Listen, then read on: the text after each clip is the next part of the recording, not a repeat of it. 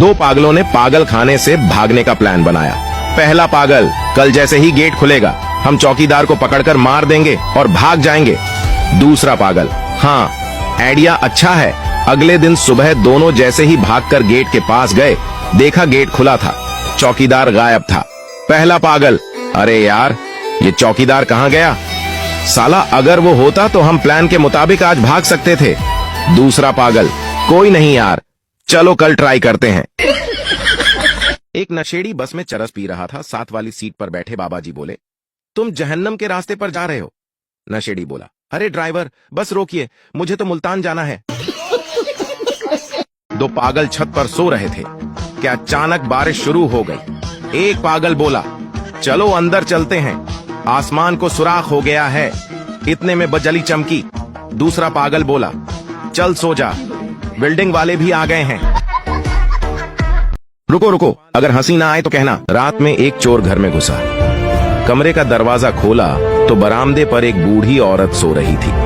खटपट से उसकी आंख खुल गई। चोर ने घबराकर देखा तो वह लेटे लेटे बोली, बेटा तुम देखने से किसी अच्छे घर के लगते हो, लगता है किसी परेशानी से मजबूर होकर इस रास्ते पर लग गए हो। चलो कोई बात नहीं। अलमारी के तीसरे बक्से में एक तिजोरी है, इसमें का सारा माल तुम चुपचाप ले जाना, मगर पहले मेरे पास आकर बैठो, मैंने अभी अभी एक ख्वाब देखा है, वह सुनकर जरा मुझे इसका मतलब तो बता दो।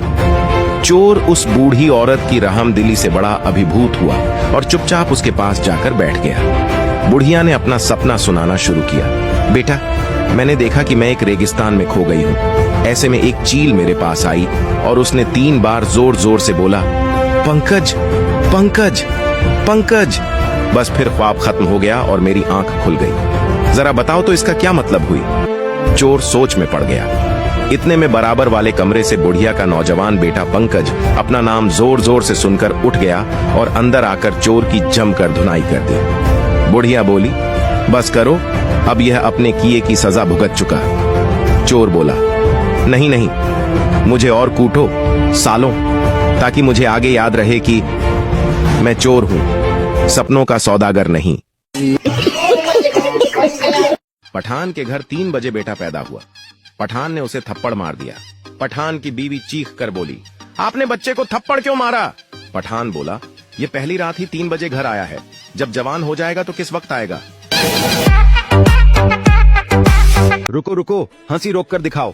एक आदमी ने मौलवी साहब से सवाल किया, क्या रोजे की हालत में बीवी को आई लव यू बोल सकते हैं? मौलवी साहब, 2 बातों का ख्याल रखना जरूरी है।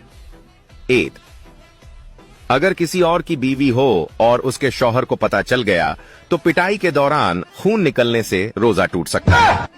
एक मौलवी का जमात कराते हुए वजू टूट गया, लेकिन उसने नमाज पूरी पढ़ा दी। जब उसने सलाम फेरा तो पीछे बैठे एक पठान ने कहा, मौलवी साहब मान गया तेरी ड्राइवरी को, पंचर टायर के साथ भी मंजिल तक पहुंचा दिया। शादी में दुल्हन का एक्स बॉय फ्रेंड भी हाजिर था।